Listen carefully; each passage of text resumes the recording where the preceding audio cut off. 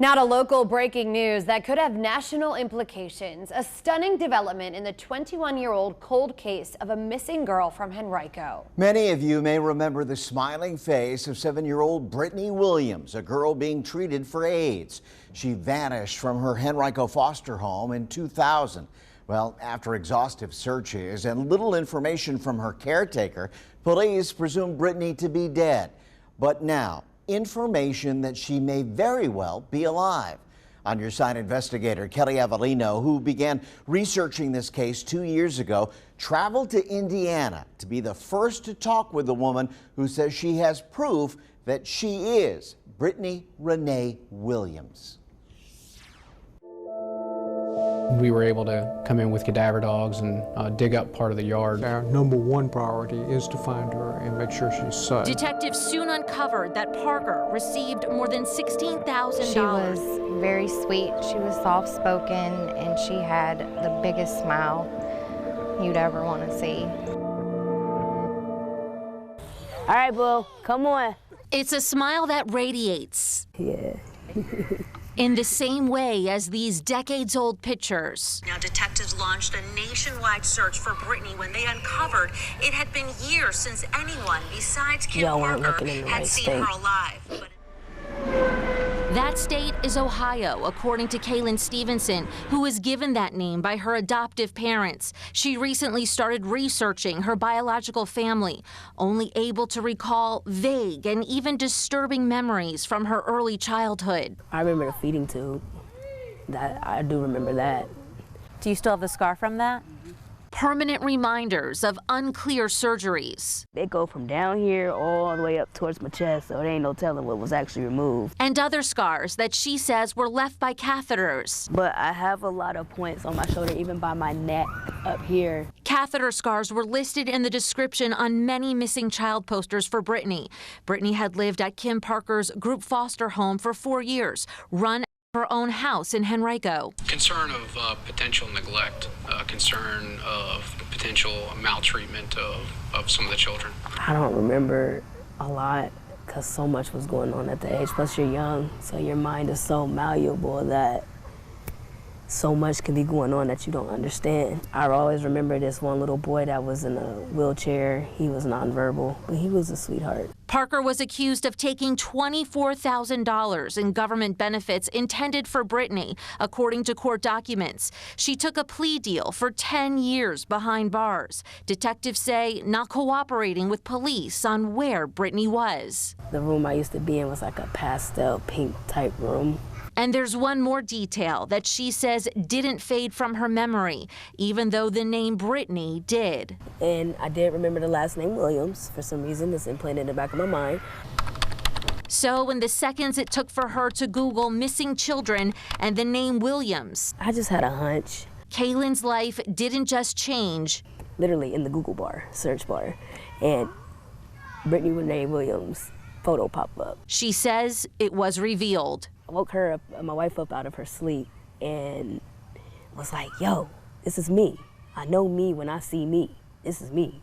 From the hairline to the ears to the smile to the chin, even the mole on her neck. I pointed that out to her. She didn't even notice that. But despite the uncanny similarities, Kaylin says she didn't get answers from her adoptive parents. Her birth certificate not matching the birth date of Brittany Williams. Multiple sources tell me Henrico police and FBI agents are testing Kaylin's DNA with the only other daughter of Rosemarie Thompson, Brittany's biological mother, who was also from Henrico. Rosemarie was diagnosed with AIDS while pregnant with Brittany. So I don't have AIDS at all. Have you donated blood before? Mm-hmm. Okay, blood plasma? Yep. And you have a daughter? Yep. And you went for blood work while you were pregnant? Yep. And no one at any time ever told you you had HIV or AIDS? Nope. Before effective AIDS treatment was available, only about 25% of HIV-positive mothers passed the virus along to their babies while pregnant. This facade that everybody's put on is just like, wow, y'all like don't care about a human life. Y'all so greedy and focused on money. I was basically robbed of a life that I could have had. So far, investigators have stayed tight-lipped on the case, not even telling Kaylin the identity of the potential sister they swabbed for DNA. Yeah. Look at that smile on her face. So I tracked down Anastasia McElroy, Rosemarie's first daughter, who still lives in Richmond, showing her a picture of Kaylin on my phone. And I just started bawling and bawling. Their undeniable connection was instant. And I knew that it was you. I was filled with, the emotion was so powerful that it kind of like took over my entire spiritual being. She acts like a big sister. It feels good to have a family member that cares. And she looks like me. Kaylin and Anastasia wasted no time in taking their own in-lab DNA test.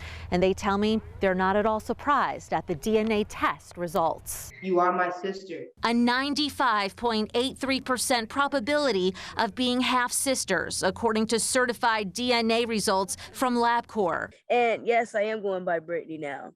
I don't want no ties to my adoptive name. That name is not me. There was a couple mornings that I pretty vividly remember she was kind of sad when she got on the school bus. Sarah Minter was a childhood friend of Brittany's. She messaged me 2 years ago about doing a cold case story on her gentle lost friend, whom she had never forgotten. I think that I'm still in shock, but you were such a sweet child. You were so soft-spoken. You had this beautiful smile like you have right now, the same exact smile. I know it's going to be really hard for you, but you know, this is like a new beginning. Like everything bad that happened, but now this is your time to get justice for you. Come back up this way, boo-boo. Kaylin, now calling herself Brittany, is currently fighting in court over custody of her 7-year-old biological daughter, Isabella. She believes that proving that she's Brittany Williams will help her keep her child with her. Push me high. You remember you gotta kick your feet in and out. When you look at the missing person flyer and you see your face on it, what do you think about that little girl? That little girl went through a lot, but she survived, and everybody thought otherwise. But she's still here. She is me, and I am her. And so many people tried to break me down to where I was nothing. But every time I got back up and still decided to keep fighting, still keep pushing, got through with my smile. A smile that shines with 100% probability when she's with those who matter to her most, her wife and their 2 daughters. 5, 7, 6, Bella. Henrico police continue to investigate while working with the FBI. Sources tell me both agencies are awaiting their own DNA results. Blood does not lie, and a DNA test does not lie at all. So, I don't have AIDS, but I am Brittany Renee Williams. We'll be waiting and watching for those results as well, and any impact they could have on Kaylin or potentially Brittany's life. For the On Your Side investigators, I'm Kelly Avellino, NBC 12. The Henrico Police Department is the lead agency on this case, with the FBI assisting.